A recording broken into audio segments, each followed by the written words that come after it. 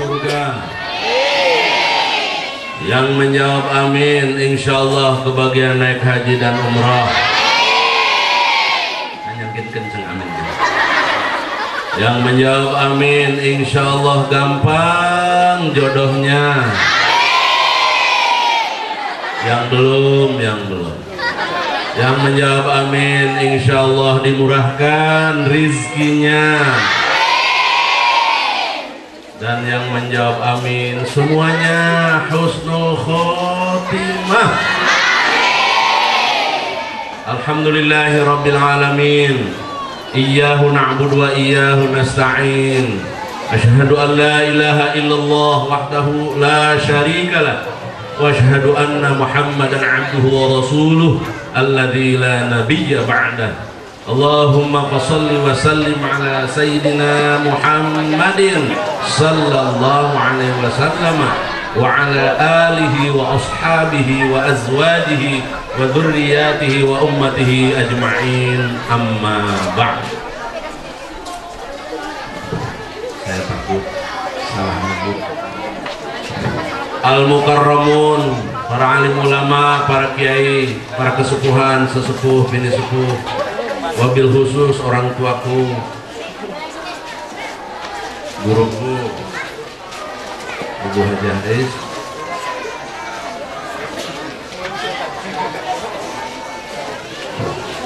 Bapak Deputi Bidang Koordinasi Pendidikan dan Agama Kemenko PMK Bidang Manusia dan Kebudayaan, Pak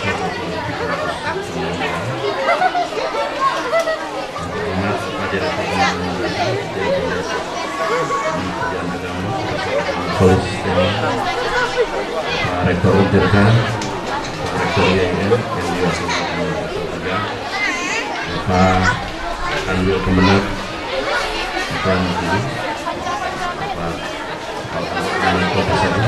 Bapak Kiai Haji Tarmedi Abduh, beliau juga Ketua DMI Provinsi, beliau juga saat pamanku jadi kepala Kandepak ya, Kabupaten Serang, beliau adalah Kabag TU-nya.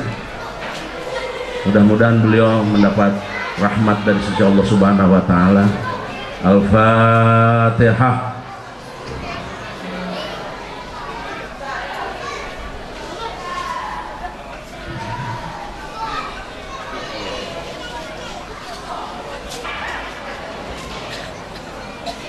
Untuk mengangkat harkat derajat manusia, Allah telah menurunkan kitab suci. Selain menurunkan kitab suci, Allah pun menurunkan Nabi, Rasul, dan utusan. Kitab suci, nggak ada yang enak hidup, nggak ada yang berpoya-poya hidup, nggak ada yang sepi dari tantangan, rintangan, godaan, dan hambatan. Termasuk hambatan terhadap kemenang Menterian Agama, termasuk hambatan terhadap PMK Kesra, termasuk negara Indonesia ini, termasuk Banten ini. Kenapa saya katakan demikian? Survei membuktikan, tetek,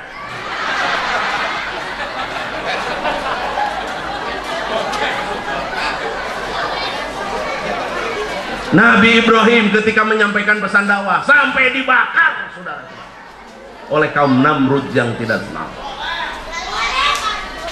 Nabi Isa difitnah sampai sekarang seakan mati di tiang salib. Padahal Al-Quran dengan tegas mengatakan wama sholabuhu wama qataluhu. Nabi Musa diuber-uber soal kamu Bani Israel, apalagi presiden Palestina. Nabinya aja diuber-uber sampai terus membelah laut pun masih diuber juga, akhirnya dikerbekin oleh Allah. Jadi yang nguber-nguber kebenaran akhirnya tidak dirubah, tidak benar, pasti dikerbekin eta insya Allah. Presiden Jokowi mah eta nu maling lauk lelepkeun bae kapalna setuju. Presiden paling berani Pak Kapolda, sampaikan sama Kapolri tindak lanjut. Kalau ikan saja bisa terselamatkan, kita ini gizinya nggak akan yang ada gizi buruk, nggak ada. Ya kalau hanya spanduk, mari kita biasakan makan ikan. Ya bagi yang punya duit, nggak punya duit mah boro-boro ikan kakak, teribet teka beli. Betul apa betul, Bu? Ya salah satu penyebabnya penegakan hukumnya miring-miring. Kan itu ketika presiden, kepala TNI, panglima TNI, jangan hanya ditangkap orangnya, lalapkan. Jadi siapapun yang akan menghambat kebaikan kemajuan terhadap agama, terhadap bangsa dan negara ini, dilalapkan ku orang-orangnya pasti dilalapkan ku Allah. Yakin. Karena itu jangan terlalu bangga dengan proyek, bisnis, jabatan, nggak usah. Semua itu bakal hilang. Yang tidak boleh hilang hanya dua, akhlak, yang kedua akidah. Karena itu anak-anakku, alumni madrasah, nggak usah takut tidak hidup di alam dunia ini. Lihat Imam Syafi'i, lihat Imam Hambali, lihat Imam Syekh Nawawi, semua memberikan pencerahan bahkan melampaui zamannya.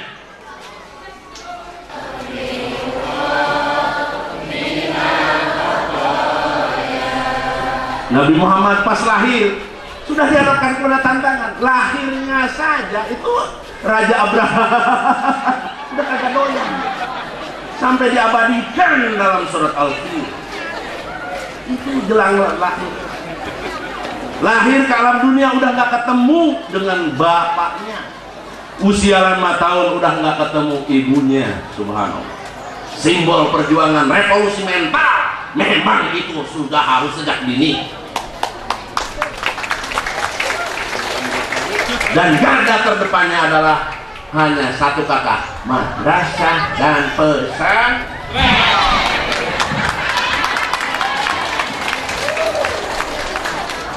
Kenapa? Subhanallah, saya nangis ketika Dr. Kiai Ma'ruf Amin, guru saya, Kiai saya, Pak Wawan, kenapa Indonesia tetap mayoritas?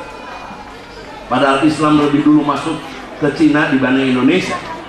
Dan ketika masuk ke Cina itu nggak tanggung-tanggung yang membawanya sahabat Nabi. Tapi kenapa Cina tidak mayoritas? Di Indonesia yang membawanya bukan sahabat. Tapi kok sampai sekarang bisa bertahan hanya karena ada dua yang jadi harapan tumbuhan garda terdepan, yakni pesantren dan madrasah. Biar dibantu terus oleh Kemenkopol dan Kemenang. Ketika merebut kemerdekaan itu belum ada Untirta, belum ada IAIN, belum ada ITB. Pahamilah, bahasa saya ada bahasa greget gitu. Itu negara kalau nggak ada pesantren madrasah, kita nggak bawa ibu, kayaknya nggak bakal mayoritas. Ketika merebut kemerdekaan, madrasah pesantren cukup berperan, saudara-saudaraku. Padahal negara belum punya duit. Tapi kenapa setelah negara punya duit terkesan madrasah itu terbarginakan, terkesan. Mangga diterjemahkan aja. Akhirnya banyak madrasah yang layamut wala yahya, tidak bermutu karena kurang biaya. Tapi para kiai, para ustadz, gak usah kecil hati, gak usah menggerutu nyalain pemerintah, nyalain DPR, gak usah. Lebih baik kita menyalakan lilin di tengah kegelapan. Gak ada kiai-kiai yang melarat tong rabi de beteluk.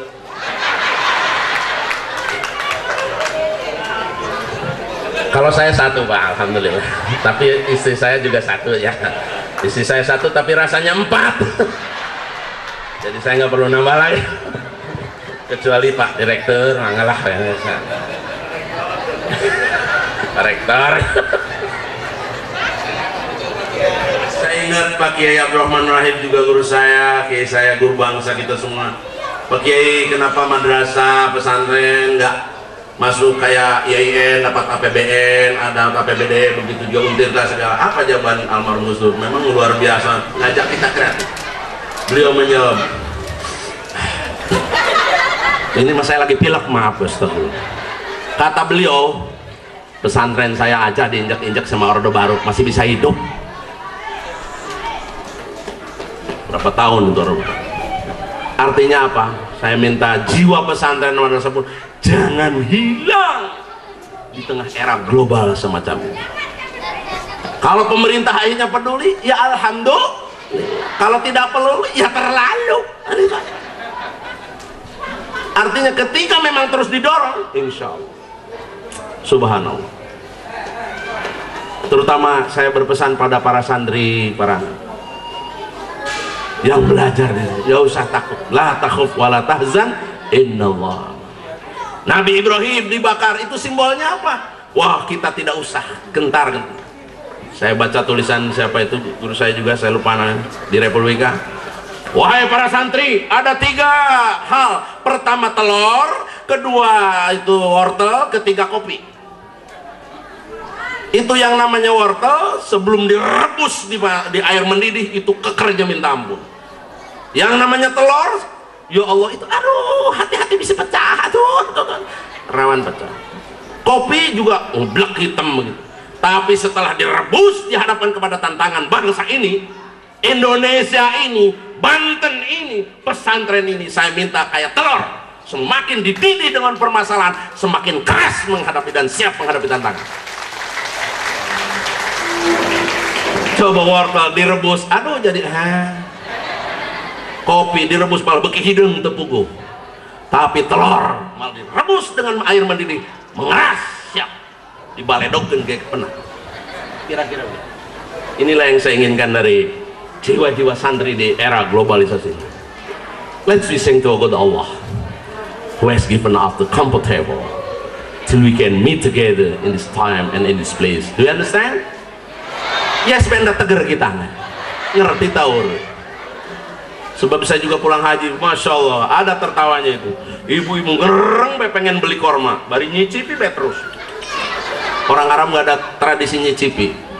Akhirnya saking kepepet nanya ke orang Arab, harga mati itu bahasa Arabnya apa? Akhirnya ngomong si ibu-ibu, kamu sama nul maut. Kata seher Arabnya innalillahi. Aduh, harga mati aja sama nul maut petoak doang gitu. Terus nanya lagi, akhirnya orang Arab nanya, minat dari mana? Minal jinnati wan. Aduh, jadi kalau tadi bapak-bapak katanya makhluk aneh, kalau saya yang ceramah ini anggap saja makhluk halus. Nabi Isa diuber-uber sampai sekarang. Ya, Nabi Musa diuber-uber termasuk. Itu sudah simbol bahwa memang kita akan terus dikejar. Kirkan be Banten masih loba solokan mararacet, masih banyak yang gizi buruk, masih ada yang salah tembak penegakan hukumnya. Kita realistis aja lah. Mari kita bangun mari kita bangun NKR, mari kita bangun ukhuwah Islami. Lah ribut baik. Saatnya kita mah kadang kalau mobil udah siap berangkat, yang satu ngambilin pentilnya setelah tuman kempes dah. Astagfirullah. Nu hiji malah setir dah dibawa ke mana aja. Mau jalan-jalan.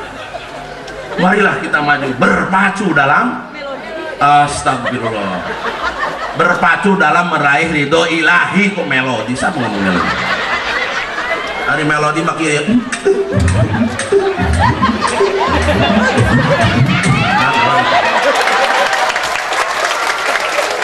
Maaf Pak Direktur, saya nggak bisa serius orangnya. Nah, biarkan Bapak di jabatan tinggi, saya mah jabatan bawah aja lah. Yang di bawah juga enak. Bapak-bapak, hadirin hadirat yang berbahagia, ternyata tidak hanya Nabi Ibrahim, Nabi Isa, Nabi Musa, Nabi Muhammad tidak enak hidupnya, masya Allah. Beliau juga berdarah-darah ketika perang.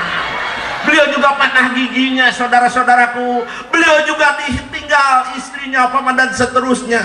Ternyata juga tidak sahabat, tidak hanya nabinya, sahabatnya juga gak ada yang enak. Saya habis pulang dari Jabal Uhud bengong aja. Itu Sayyidina Hamzah diputarkan filmnya oleh Wahsy dibunuh.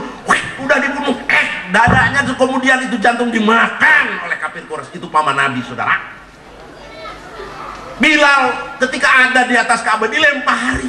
Karena itu saya minta anak-anakku semua harus bisa adzan meniru sehebatnya Bilal. Ini saya kadang-kadang sedih ceramah di ujung Banten di kampung. Ya Allah, greget masuk adi. Mana nih alumni IAIN nih? Mana alumni madrasah? Mana alumni pesantren? Nu adan wage orang tua melulu.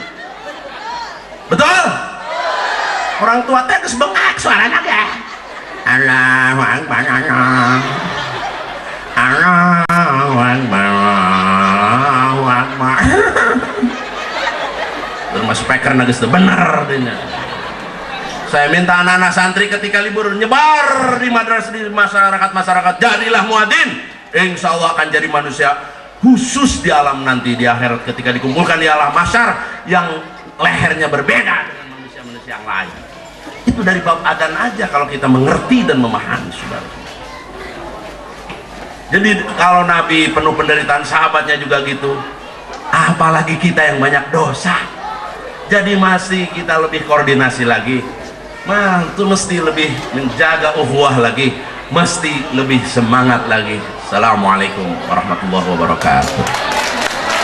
Waalaikumsalam warahmatullahi wabarakatuh. Tentang madrasah sudah kuserahkan bukunya kepada Pak Direktur, Pak Deputi. Silahkan, saya minta kritikan tajamnya untuk mengusulkan juga ke guru besar, termasuk dikir mikir barangkali Bapak terlalu mumet dengan urusan, silahkan hitung-hitung dialog dengan Pak Wawan Wahyudin.